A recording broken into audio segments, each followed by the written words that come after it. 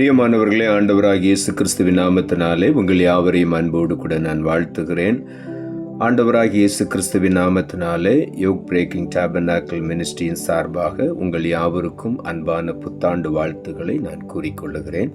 கர்த்தர் இந்த வருடத்திலே ஒவ்வொருவரையும் ஆசீர்வதிப்பாராக. இந்த காலை வேளையிலும் கூட ஆண்டவர் இந்த வருடத்திற்கென்று நமக்கு ஒரு வாக்குத்தத்த வார்த்தையை வைத்திருக்கிறார். அதை நாம் தியானிப்போம். பலத்தினாலும் அல்லவே, பராக்கிரமம் அல்லவே, பலத்தினாலும் அல்லவே, பராக்கிரமம் அல்லவே, ஆவியினாலே ஆகும் என்று ஆண்டவர் வாக்கு அருளினாரே. ஆவியினாலே ஆகும் என்று ஆண்டவர் வாக்கு அருளினாரே. தேசமே பயப்படாதே, மகிழ்ந்து களி கூறு, சேனையின் கர்த்தர் உன்னடுவில் பெரிய காரியம் செய்திடுவார். சேனையின் கர்த்தர் உன்னடுவில் பெரிய காரியம் செய்திடுவார். இந்த புதிய வருடத்திற்கென்று ஆண்டவர் கொடுக்கிற ஒரு வாக்குத்தத்த வார்த்தை சகரியா தீர்க்கதரிசன புஸ்தகம் 4வது அதிகாரம் 6வது வசனம். சகரியா 4:6. பலத்தினாலும் அல்ல, பராக்கிரமத்தினாலும் அல்ல, என்னுடைய ஆவியினாலேயே ஆகும் என்று சேனைகளின் கர்த்தர் சொல்லுகிறார். இந்த வருடத்திலே ஆண்டவர் நமக்கு கொடுக்கிற ஒரு ஜீவனுள்ள வாக்குத்தத்தம், பலத்தினாலே செய்ய முடியாத காரியங்கள், பராக்கிரமத்தினாலே செய்ய முடியாத காரியங்கள், கர்த்தருடைய ஆவியினாலே. ஆண்டவர் சொல்லுகிறார், என்னுடைய ஆவியினாலேயே ஆகும் என்று சேனைகளின் கர்த்தர் சொல்லுகிறார். அப்படி என்றால் கர்த்தருடைய ஆவியானவரால் மாத்திரம்தான் ஆகும். மற்ற ஜனங்கள் பலத்தினாலே முயற்சிப்பார்கள், பராக்கிரமத்தினாலே முயற்சிப்பார்கள். ஆனால் நாம் எந்த பலத்தையும் சாராதபடி, எந்த பராக்கிரமத்தையும் நம்பாதபடி கர்த்தருடைய ஆவியானவரை நாம் பெற்றுக்கொள்ளும் பொழுது அந்த ஆவியானவராலேயே மாத்திரம் நம்முடைய வாழ்க்கையில எல்லா காரியங்களும் சாத்தியமாகும் என்று இந்த வருடத்திலே ஆண்டவர் நமக்கு வாக்கு கொடுக்கிறார். ரோமர் புஸ்தகம் 15ஆம் அதிகாரம் 13ஆம் வசனம் சொல்லுகிறது, பரிசுத்த ஆவியின் பலத்தினாலே உங்களுக்கு நம்பிக்கை பெருகும்படிக்கு நம்பிக்கையின் தேவன் விசுவாசத்தினால் உண்டாகும் எல்லாவித சந்தோஷத்தினாலும் சமாதானத்தினாலும் உங்களை நிரப்புவாராக என்று இங்கே எழுதப்பட்டிருக்கிறது. பரிசுத்த ஆவியின் பலத்தினாலே. ஆகவே தான் ஆண்டவராகிய இயேசு தம்முடைய சீஷர்களை பார்த்து சொன்னார், நீங்கள் உன்னதத்திலிருந்து வருகிற பலத்தினால் தரிப்பிக்கப்படும் வரைக்கும் எருசலேமிலே என்னுடைய சமூகத்திலே காத்திருங்கள் என்று சொன்னார். எதற்காக ஆண்டவர் இந்த வார்த்தையை சொன்னார் என்று சொன்னால், பரிசுத்த ஆவியின் பலன்தான் நம்முடைய வாழ்க்கையிலே ஒரு நம்பிக்கையை பெருகச் செய்கிறது மாத்திரமல்ல, விசுவாசத்தினால் உண்டாகும் சந்தோஷத்தினாலும் சமாதானத்தினாலும் அந்த பரிசுத்த ஆவியானவருடைய பலன் நம்மை நிரப்புகிறது. ஆகவே அந்த உன்னதத்திலிருந்து வரக்கூடிய பலனாக ஆண்டவர் அனுப்புகிற அந்த பரிசுத்த ஆவியானவரை நாம் முழுமையுமாய் பெற்றுக்கொள்ள வேண்டும் என்று ஆண்டவர் விரும்புகிறார்.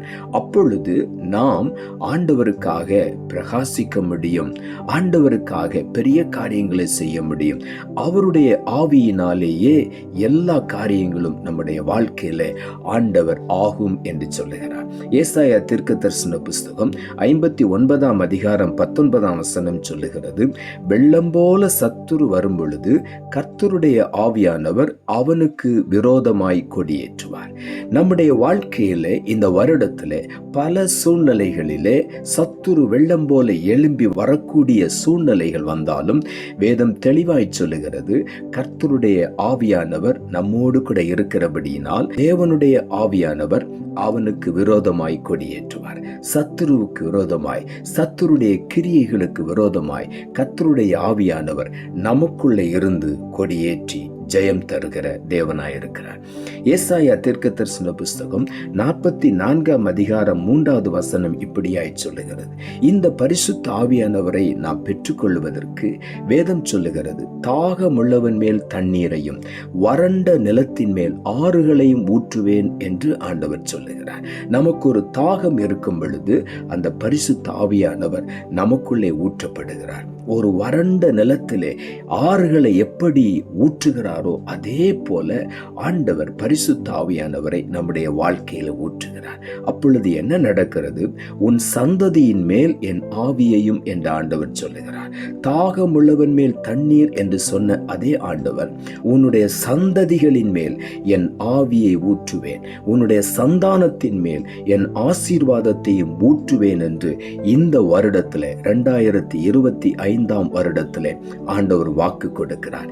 இந்த வருடம் உன் சந்ததியின் மேல் என் ஆவியை ஊற்றுவேன், உன் சந்தானத்தின் மேல் என் ஆசீர்வாதத்தை ஊற்றுவேன் என்று சொல்லி ஆண்டவர் வாக்கு பண்ணுகிறார். ஆகவே இந்த காலை வேளையில நான் உற்சாகமாய் காணப்படுவோம். 2025 ஆண்டு நம்முடைய வாழ்க்கையில பரிசுத்த ஆவியினாலேயே எல்லாம் ஆகும் என்று ஆண்டவர் வாக்கு பண்ணி இருக்கிறார். ஆகவே எதை குறித்தும் பயப்படாதபடி கர்த்தருடைய ஆவியானவருக்காக நாம் ஒவ்வொரு நாளும் காத்திருப்போம். அந்த பலனை நாம் பெற்றுக்கொள்ளுவோம்.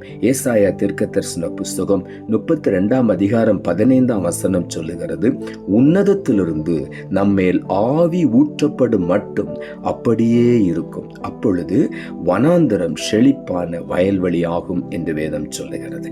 வனாந்தரத்தை போன்ற நம்முடைய வாழ்க்கையிலே உன்னதத்திலிருந்து பரிசுத்த ஆவியின் பலன் ஊற்றப்படும் பொழுது நம்முடைய வனாந்தரம் வயல்வெளியாக மாறிவிடுகிறது, செழிப்பான வயல்வெளியாய் மாறுகிறது.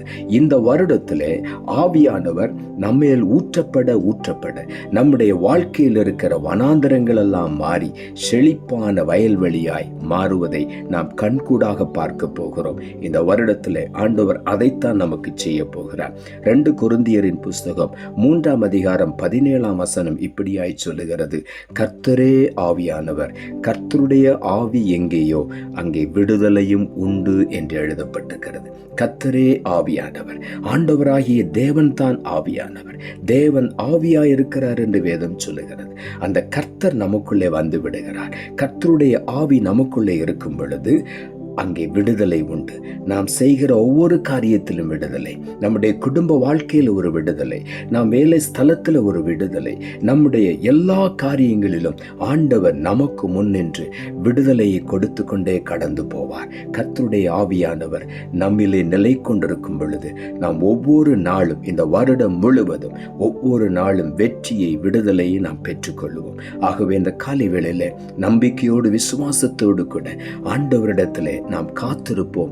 அவருடைய ஆவியினாலே எல்லாம் ஆகும் என்று சொன்ன சேனைகளின் கர்த்தருடைய வல்லமை இந்த காலை வேளையில நாம் ஒவ்வொருவரை நிரப்பி இந்த வருடம் முழுவதும் அந்த பரிசுத்த ஆவியினாலே நம்மை ஒவ்வொரு காரியத்திலும் ஆண்டவர் வெற்றி பெற செய்வார். ஆகவே உள்ளத்தின் ஆழத்திலிருந்து ஆண்டவர் கொடுத்த இந்த புதிய வருடத்திற்காக நன்றி சொல்லி ஆண்டவருடைய அபிஷேகத்தோடு கூட இந்த வருடத்துக்குள் நாம் கடந்து செல்லுவோம், அடியெடுத்து வைப்போம். கர்த்தர் நமக்காக யாவையும் செய்து முடிப்பார். நாம் ஜெபிப்போம். அன்புள்ள ஆண்டவரை, கிருபையாய் நீர் கொடுத்த இந்த புதிய ஆண்டிற்காக 2025 ஆண்டிற்காக உமக்கு நாங்கள் நன்றி செலுத்துகிறோம். இந்த ஆண்டிற்கென்று ஆண்டவர் கொடுத்த ஒரு வாக்குத்தத்த வசனத்திற்காக நன்றி. பலத்தினாலும் அல்ல, பராக்கிரமத்தினாலும் அல்ல, என்னுடைய ஆவியினாலேயே ஆகும் என்று சேனைகளின் கர்த்தர் சொல்லுகிறார் என்ற வார்த்தையை கொடுத்தேன்.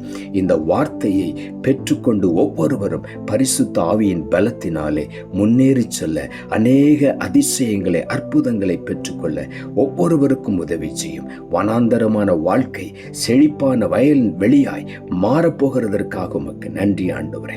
வறண்ட நிலங்களை பரிசுத்த ஆவியானவராகிய ஆறுகளாலே நீ நிரப்ப போகிறபடியினால் உமக்கு நன்றி. உன் சந்ததியின் மேல் என் ஆவியே என்று சொல்லி உன் சந்தானத்தின் மேல் என் ஆசீர்வாதத்தையும் ஊற்றுவேன் என்று நீர் வாக்கு பண்ணி இருக்கிறேன். அப்படியே இந்த வருடம் முழுவதும் ஒவ்வொருவரும் அபிஷேகத்தினாலே நிரம்பி, தேவனுடைய பலத்தினாலே நிரம்பி அநேக அற்புதங்களை ருசிக்க நீர் உதவி செய்யும். தாழ்த்துகிறோம். இரட்சகர் இயேசுவின் நாமத்தில் ஜெபிக்கிறோம் நல்ல பிதாவே, ஆமென்.